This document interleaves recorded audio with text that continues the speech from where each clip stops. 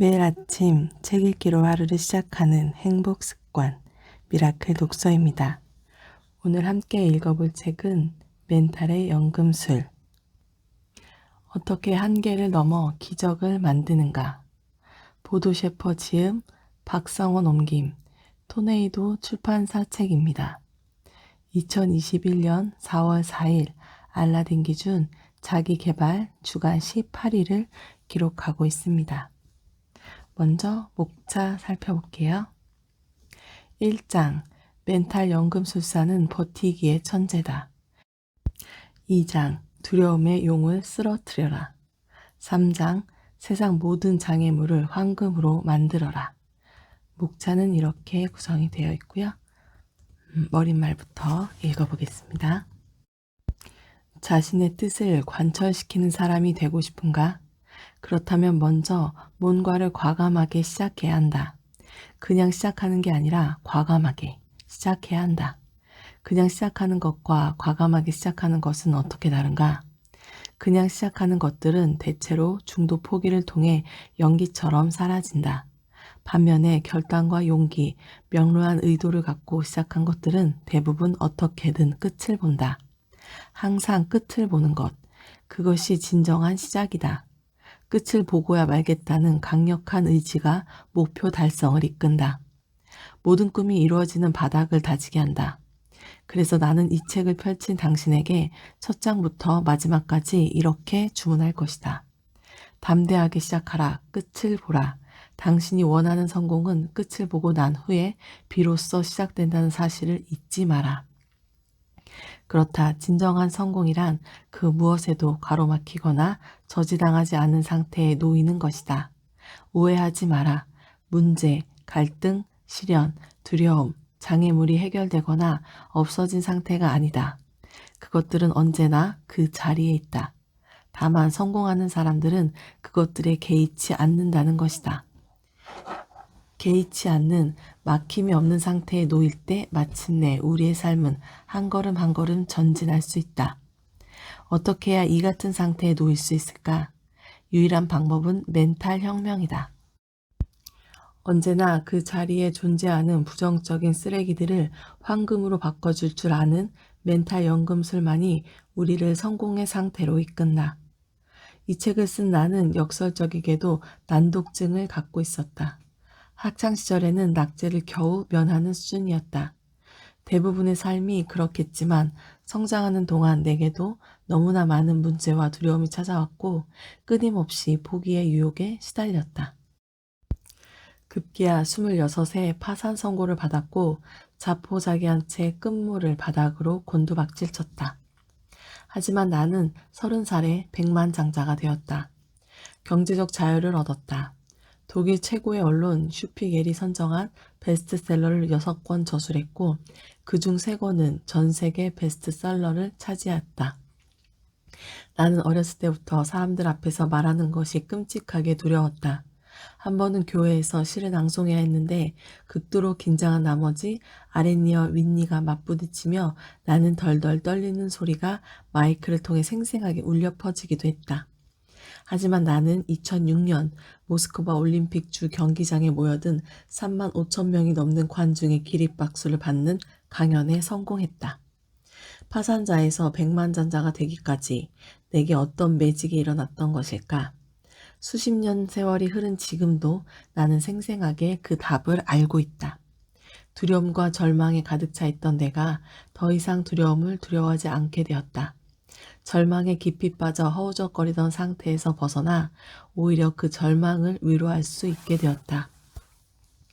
이 책을 읽어가는 동안 당신은 내게 일어난 이 놀라운 일을 목격하게 될 것이다.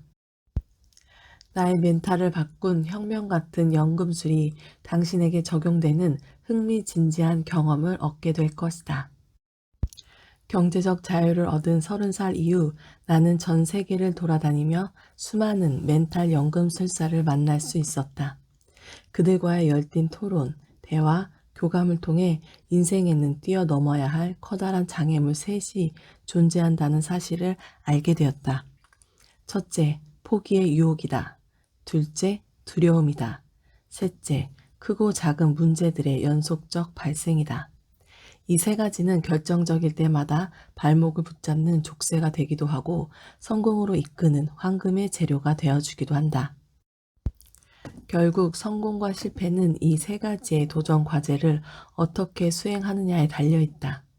담대한 성공을 거둔 멘탈의 연금술사들은 이렇게 말했다. 황금은 채굴되는 것이 아니다. 만들어지는 것이다. 나는 이 말에 전적으로 동의한다. 황금을 얻고 싶은가? 그렇다면 반드시 유리 멘탈부터 갈아 끼워야 한다. 언젠가 교황 요한 바오로 2세의 비공식 접견에 초청받은 적이 있었다. 당시 교황은 테러 공격을 받아 심각한 부상을 입은 상태였다. 우리는 그의 두려움에 대해 이야기를 나누었다. 영화배우 장크로드 반담은 매우 혹독한 길을 걷고 있었다. 내가 그에게 멘탈의 연금술에 관한 이야기를 꺼냈을 때 그는 나를 와락 껴안았다. 바로 그거예요. 글로벌 CEO이자 억만장자인 리처드 블랜드 경은 세미나에서 만난 나와 함께 불안과 문제를 다룬 힘에 대해 뜨거운 토론을 벌였다. 미국 대통령직을 역임한 빌 클린턴, 전설적인 복서 비탈리 클리치코와 블라디미르 클리치코 형제, 밀리언셀러, 부자 아빠, 가난 아빠를 쓴 로버트 기요사키, 독일 총리를 지낸 헬무트 콜, 축구 스타 프란츠 베칸바우어와 올리버 칸, 동기부여 전문가 토니 로빈스와 잭 캠빌드 등등 자기 분야에서 정상에 오른 내노라 하는 인물들을 만날 때 그들이 가장 중요하게 여기고 가장 긴급하게 다루는 대화 주제가 무엇이었는지 아는가? 포기하고 싶을 때마다 그걸 어떻게 견뎠나요? 그런 결정을 내리고도 정말 두렵지는 않았나요? 그 어려운 문제들을 어떻게 해결했나요? 이게 전부다. 성공한 사람들은 또 다른 성공한 사람들을 만났을 때 이 세 가지를 가장 궁금해했다. 이 세 가지를 극복할 수 있는 새로운 방법과 영감, 힌트, 단서를 찾는데 에너지와 시간을 집중했다. 포기의 유혹, 두려움, 문제들은 절대 사라지지 않는다. 이 세 가지에 구애받지 않는 삶을 살려면 이 세 가지를 잘 다룰 줄 알아야 한다. 이 세 가지에 각각 다른 이름을 붙여 이 세 가지의 영향력 밑에 놓이지 않아야 한다. 다시 말하지만 거의 유일한 해법은 취약한 멘탈을 바꾸는 것이다. 수백, 수천 명에 이르는 명성 높은 인물들과 교류하며 얻은 가장 지혜로운 깨달음은 이것이다. 이 세상에서 성공한 사람은 모두 멘탈의 연금술사다. 연금술사들에게 성공의 정의에 대해 물어봤을 때 가장 인상 깊었던 답은 다음과 같다. 성공이란 잠재력을 최대한 펼치는 사람이 되는 것이다. 우리가 끝을 보지 못하고 중도 포기하는 이유는 능력이 부족해서가 아니다. 능력을 충분히 펼치지 못해서다. 당신의 질문을 천천히 생각해 보라. 당신은 당신의 능력을 명쾌하게 정의할 수 있는가? 당신 능력의 한계선이 어디서부터 어디까지인지 길이와 넓이, 깊이 등을 정확하게 계산해낼 수 있는가? 그렇다면 당신에겐 연금술이 필요치 않다.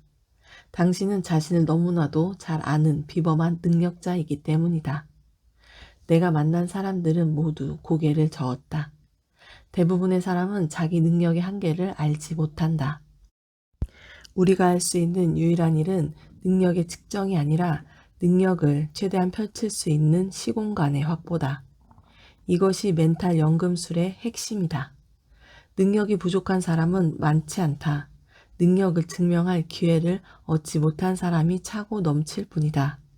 적재적소에서 능력을 최대한 펼치는 사람이 되면 삶은 한 차원 더 높아진다. 이것이 내가 할 수 있는 일인가? 라는 질문을 숙고하는 데 시간을 쓰지 마라. 이것을 어떻게 해야 내가 해낼 수 있는가에 집중하라. 빚더미에 눌려있고 과체중이며 감정 기복이 심하고 끊임없이 염려하고 성공하리라 별 기대하지 않으며 언젠가 부자가 되리라 상상도 하지 못하는 26살 청년을 다시 한번 소개한다. 청년의 이름은 보드 셰퍼다. 그리고 지금 당신이 읽고 있는 이 책의 표지에 박힌 이름 또한 보드 셰퍼다. 하지만 이 둘은 완전히 다른 사람이다. 무너질 대로 무너진 보드 셰퍼를 전혀 다른 의미의 이름으로 만드는데 나는 4년이라는 시간이 걸렸다. 4년 동안 포기의 유혹, 두려움, 크고 작은 문제들을 극복하는 놀라운 지혜를 배울 수 있었다. 그러니 당신 또한 지금 이 순간 삶의 한 부분 또는 대부분이 부서지고 무너져 있다 할지라도 걱정할 필요 없다. 이 책을 따라가자. 연금술사들에게 귀 기울여라. 홀로 감당하지 않아도 된다는 사실을 깨달아라. 인내심만 갖고 나서라. 이 책이 기꺼이 당신을 도울 것이다. 절대 사라지지 않는 간절한 것이 있는가? 마음껏 펼쳐보라. 1장 멘탈 연금술사는 버티기의 천재다. 강력한 멘탈을 가진 연금술사는 버티는 데 각별한 재능을 갖고 있다. 이는 진리다. 버티지 못하고 포기하는 사람은 성공할 수 없다. 하지만 여기 또 하나의 진리가 있다. 사람은 누구나 포기해버릴까 하는 생각을 한 번쯤은 해봤다는 것이다. 연금술사 또한 예외는 아니다. 따라서 포기해버릴까 하는 유혹에 빠지는 것은 인간이라면 지극히 당연한 일이다. 자책할 필요도 죄책감을 가질 필요도 없다. 당혹스럽거나 깜짝 놀랄 리도 아니다. 유혹에 빠지는 것, 망설이고 주저하는 것은 인간의 본성이다. 질문을 해보자. 당신은 언제 포기를 고민하는가? 처음에 품었던 기대치와 다른 상황에 놓일 때일 것이다. 그래서 몹시 실망스러울 때일 것이다. 모든 일이 더 빨리, 더 쉽게, 더 멋지게 진행되지 않을 때일 것이다. 곰곰이 생각해보면 지금껏 당신이 포기한 것들은 모두 이와 똑같은 패턴을 갖고 있을 것이다. 강력한 리더십의 소유자였던 윈스턴 처칠은 이렇게 말했다. 절대, 절대, 절대 포기하지 마라. 유감스럽게도 처칠의 이 유명하고도 열정적인 권유는 더 이상 21세기를 살아가는 우리의 가슴을 뜨겁게 달구지 못하는 것 같다. 무조건 포기하지 말라는 외침보다는 내가 만났던 연금술사들의 다음과 같은 제안이 포기의 유혹을 무력화하는 데 더 큰 도움이 될 것 같다. 버텨라. 그러면 기회가 찾아올 것이다. 세상에서 가장 어려운 일이 무엇일까? 이기는 것이다. 좀 더 정확하게 말하면 예상대로 착착 진행되고 맞아떨어져 쉽게 이기는 것이다. 세상에 이보다 더 어려운 일이 있을까? 그래서 우리는 대부분 중도에 포기하고 주저앉는다. 분명 버티기는 포기하고 어렵다. 하지만 쉽게 이기는 것보다는 쉽다. 나아가 쉽고 빠르게 이긴 사람보다 버티면서 기회를 얻어 이긴 사람이 세상에 몇만 배는 더 많다. 성공한 셀럽들을 보라. 그들은 대부분 길고 긴 무명의 시간을 버텨낸 사람들이다. 전 세계에서 1000만 부 이상 판매된 나의 첫 책도 처음에는 57군데 출판사에서 거절을 당했다. 그 거절을 버티지 못했다면 나는 작가로서 아무런 명예도 얻지 못했을 것이다. 마침내 승리의 인터뷰나 수상소감을 전하는 사람들의 80% 이상은 파란만장한 시간을 버텨낸 감격의 눈물을 보인다. 연금술사들은 말한다. 버티는데 성공하는 것, 이것이 성공의 정의이고 진정한 승리다. 나는 지금 당신이 어떤 상황에 처해 있는지 알지 못한다.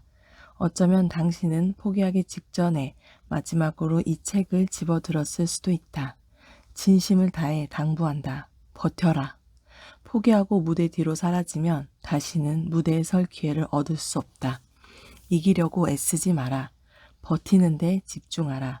버티면 힘이 붙는다. 힘이 붙으면 이긴다. 여기서 포기할 것인가?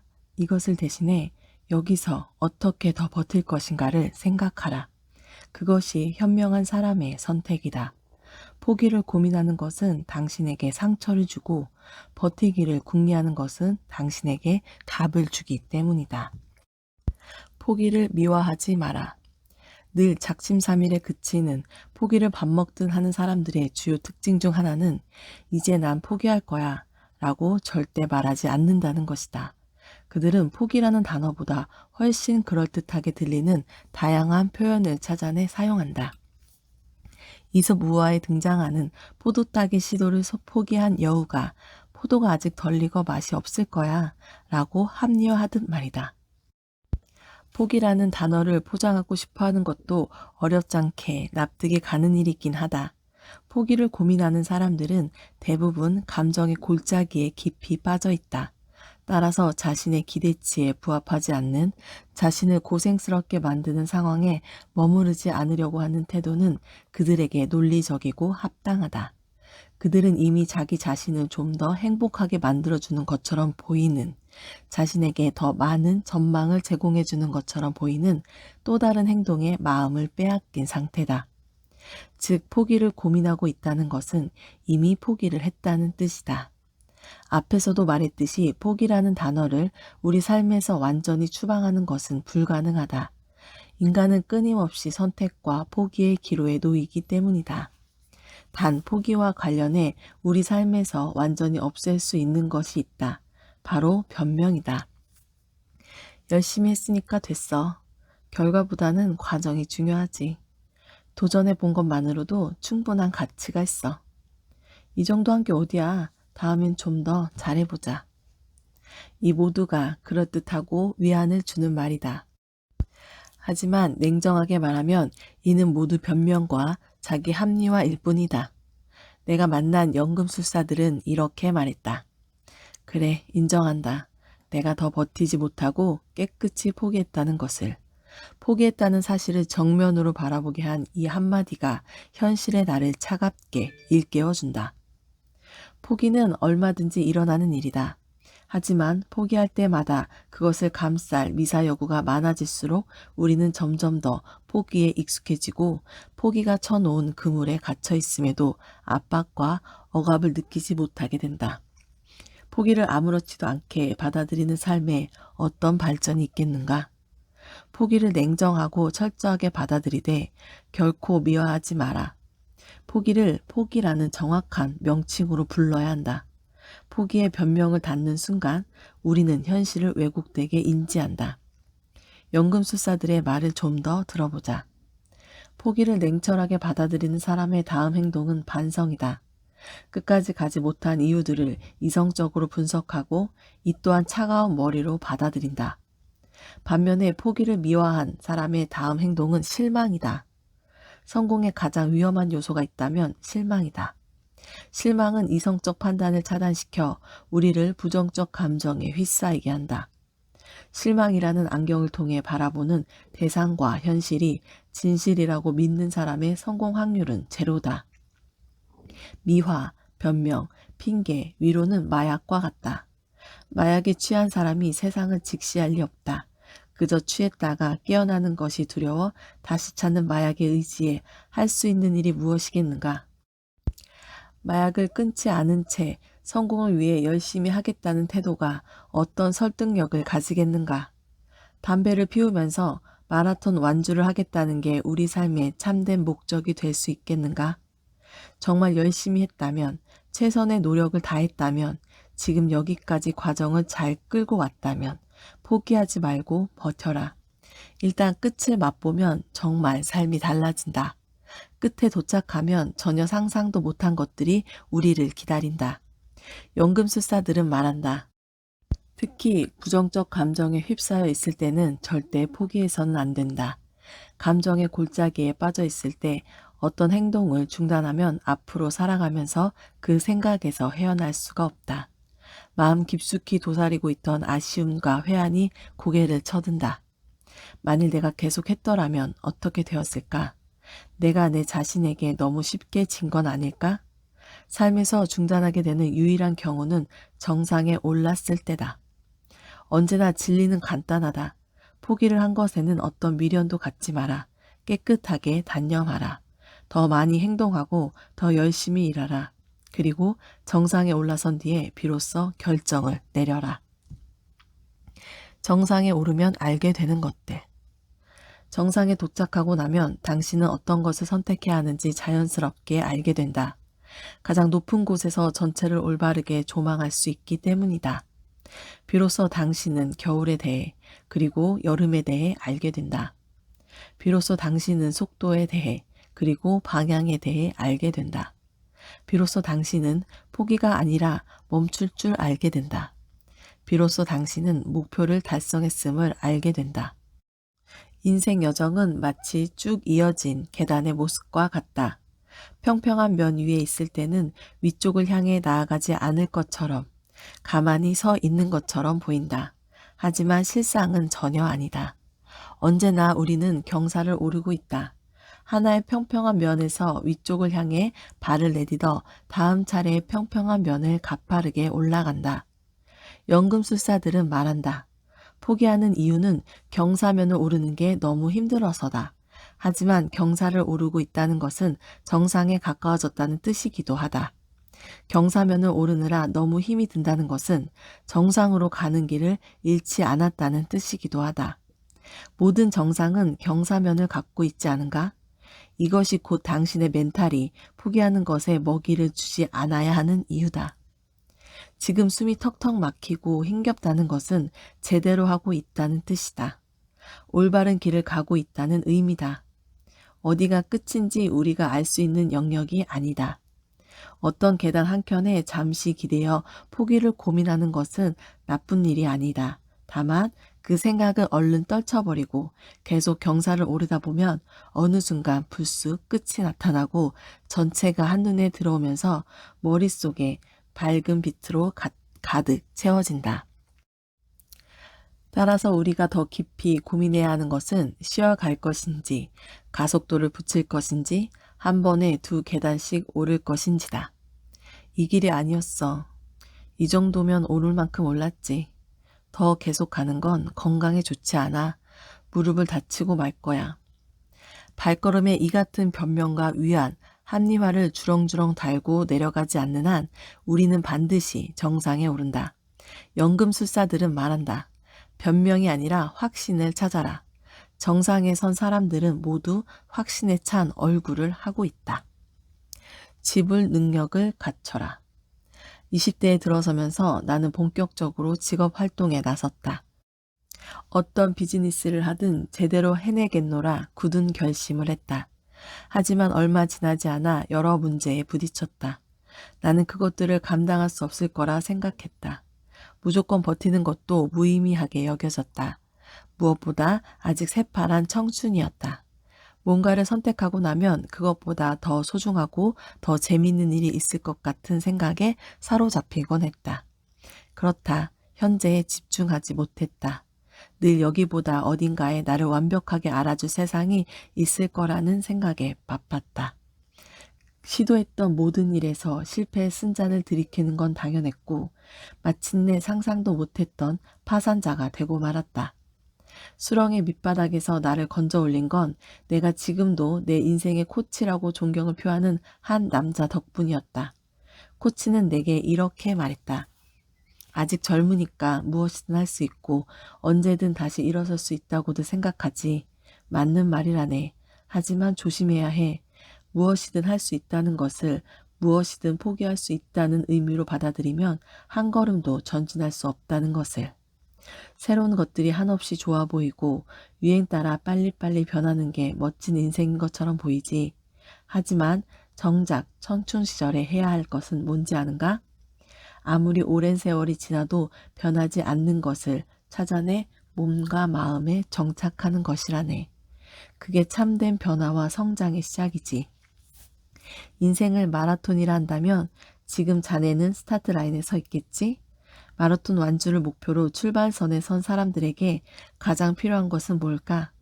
올림픽 우승자의 달리기 전략? 첨단 소재로 만들어진 멋진 운동화? 마라톤에 관한 해박한 지식? 탄탄한 근육과 폐활량? 모두 아니라네. 그럼 무엇입니까? 코치가 고요히 나를 바라보며 답했다. 인내심이라네. 나는 망치로 머리를 한 대 얻어맞은 듯한 느낌이었다. 인내심은 모두가 알고 있는 평범한 단어였다. 하지만 그와 동시에 인내심은 아주 소수의 사람만이 자기 것으로 소유하고 있는 단어이기도 했다. 이봐, 파산한 젊은 친구. 나는 인내심을 갖고 있는 사람이 성공하지 못하는 경우를 보지 못했다네. 청춘은 인내심 같은 단어를 찾아내 자기 것으로 만드는 데 쓰일 때 가장 빛나는 법이지. 아무리 오랜 세월이 지나도 변하지 않는 가치들을 찾게나. 아직 젊으니까 그것들을 찾아낼 시간이 충분하니까. 코치가 내게 선물한 깨달음 덕분에 나는 새파랗게 젊은 나이에 인생의 큰 교훈을 얻었다. 성공하고 싶다면 반드시 대가를 지불해야 한다. 인내심이든 도전 정신이든 용기든 노력이든 반드시 대가를 지불해야만 목표를 달성하고 성공을 얻을 수 있다. 이 평범하지만 값진 진리를 생생하게 깨닫고 난 후 나는 백만장자가 될 수 있었다. 열망은 크지만 대가 지불에 인색한 사람의 삶은 빈약하다. 소득 없이 바쁘다. 기대치는 늘 실망으로 전락하고 불쑥불쑥 자신이 속았다는 낭패감이 밀려든다. 이용당하고 기만당하고 평가저하되고 있다는 느낌이 밀려들면서 자신이 지금 있으면 안 되는 곳에 있다는 생각이 점점 못 견딜 정도로 강렬해진다. 아무것도 지불할 생각이 없는 사람은 버티지 못한다. 어둠 속을 이리저리 헤맬 뿐 어둠이 가장 깊어지면 아침이 밝아온다는 사실을 알지 못한다. 정상으로 가는 길은 가파른 경사로 이루어져 있다는 사실 또한 깨닫지 못한다. 그저 대가 없이 얻을 수 있는 것을 찾아 이곳저곳 옮겨 다니다가 소리 소문 없이 사라진다. 어떤 목표를 세울 때는 그것을 얻기 위해 치러야 할 대가가 무엇인지 명확히 알아. 그리고 그 대가를 지불할 능력과 의지가 자신에게 있는지 냉철하게 검토하라. 부족하다면 채우고 아예 없다면 처음부터 차근차근 만들어라.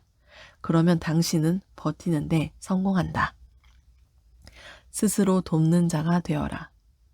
두 손 두 발 다 들었던 20대 시절 인내심에 대한 울림 깊은 이야기를 들려준 코치에게 나는 즉각 구체적인 도움을 요청했다.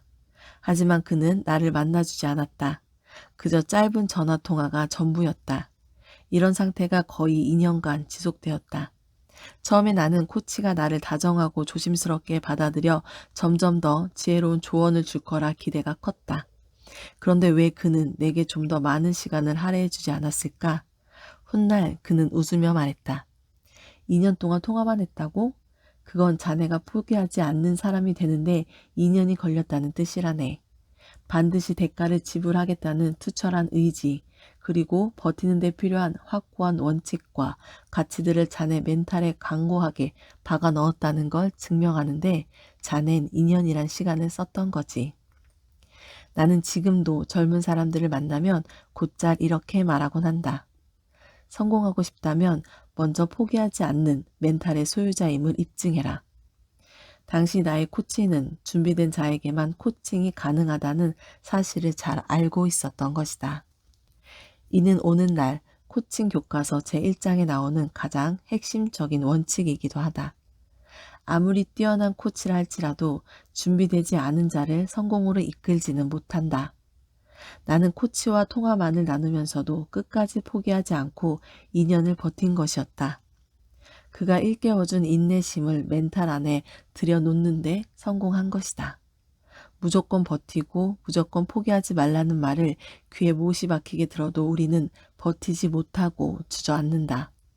하지만 왜 버텨야 하는지, 왜 인내해야 하는지, 왜 포기하지 않아야 하는지 명확하게 알면, 즉 버티고 인내하고 포기하지 않는 것의 진가를 깊이 깨닫고 나면 목표까지 가는 가파른 경사를 기꺼이 감수할 수 있게 된다. 우리가 얻어야 할 것은 성공이 아니다. 성공 안의 삶에 탄탄한 밑바탕을 이루고 있는 너무나 평범하지만 너무나 소중한 미덕과 가치들을 얻어야 한다. 그것을 당신의 것으로 만드는 데 시간과 노력을 아낌없이 써라. 인생의 불빛이 되어준 나의 코치는 이렇게 말했다. 스스로 돕는 자가 되어야 해. 하늘은 그런 사람을 돕지. 스스로 돕는 자가 되면 무엇이든 절로 얻게 될 것이라네. 30대가 되었을 때 결국 나는 내가 품었던 모든 기회와 꿈을 훨씬 넘어서는 데 성공했다. 지긋지긋했던 파산자의 신세에서 벗어나 경제적 자유를 얻는 데 성공했다.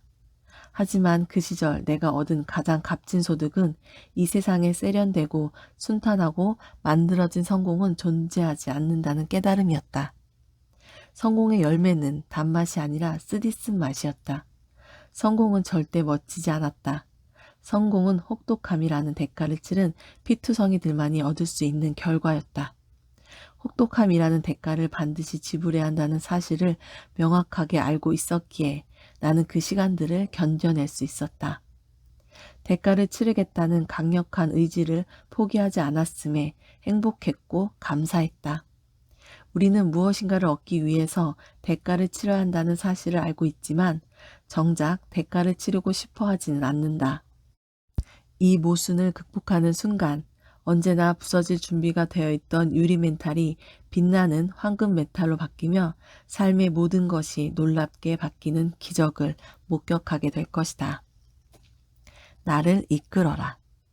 우리가 버티는데 실패하는 대표적인 이유가 여기에 또 하나 있다. 바로 우리 자신에 대한 과대평가다. 예를 들어 명문대를 나온 수재들이 중도 탈락하는 경우는 드물지 않다.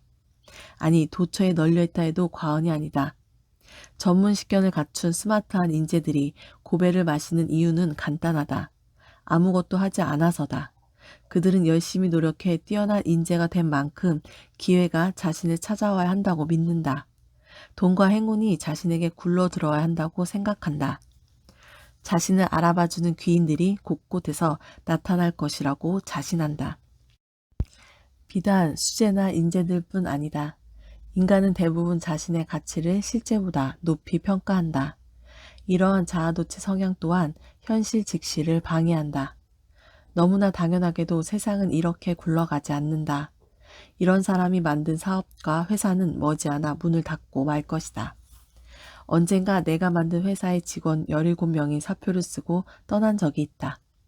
회사의 핵심 인력들이 그만둔 터라 어쩔 줄 몰라 낙담하고 있던 내게 코치는 이렇게 말했다. 잘 됐네. 더 좋은 직원들로 채울 수 있는 기회니까. 나는 씁쓸하게 웃으며 답했다. 더 좋은 직원이요? 그만둔 친구들이 업계 최고의 인재들이에요. 그들보다 더 일 잘하는 사람이 있을지 모르겠군요. 코치가 다정한 미소를 지으며 내게 말했다. 더 좋은 직원, 더 일 잘하는 직원, 최고의 성과를 내는 직원은 어딘가에 따로 존재하는 게 아니야. 자네가 만들어가는 거지. 업계 최고의 인재들이 떠났다고? 그들을 최고의 인재로 만든 게 자네가 아니라면 그들은 언젠가는 반드시 떠나게 돼 있지. 더 좋은 직원을 찾으라는 게 아니야. 더 좋은 직원으로 만들어낼 수 있는 자네 리더십을 한 단계 업그레이드 할 기회라는 걸세. 그리고 그때 코치가 내게 해준 다음의 말은 나는 무덤까지 갖고 갈 요량이다. 리더는 타인을 이끄는 사람이 아니야. 참된 리더는 자신을 이끄는 사람이지. 자아도취, 자신에 대한 과대평가는 실력을 갖춘 인재들만이 빠지는 함정이 아니다. 소극적인 태도로 아무것도 하지 않으면서 원하는 것들이 자신을 찾아와 주기를 기다리는 유형에는 당신도 나도 예외일 수 없다. 이런 유형은 조금만 가파른 길이 나타나도 털썩 주저앉아 버린다. 더 크게 상처받고 더 깊이 좌절하고 다시 도약하는데 더 많은 시간이 걸린다. 하나만 없어져도 모든 게 사라질 것 같은 절망에 휩싸인다. 중도에서 포기하는 사람은 버티지 못하는 사람은 타인에게 자신의 모든 걸 맡긴 사람이다. 타인이라는 시스템이 무너지면 함께 무너지고 마는 사람이다. 괴롭고 힘들고 절망적인 상황에서 필요한 것은 타인의 응원과 격려가 아니다. 모든 부정적 상황에서 나를 건져 올릴 수 있는 유일한 사람은 나 자신이다. 나 자신을 이끄는 리더가 되지 못하면 타인, 행운, 기회, 성공은 언제든 당신을 떠날 만반의 채비를 갖추고 있다는 사실을 평생 잊지 마라. 오늘 미라클 독서는 여기까지 읽겠습니다. 오늘도 감사합니다.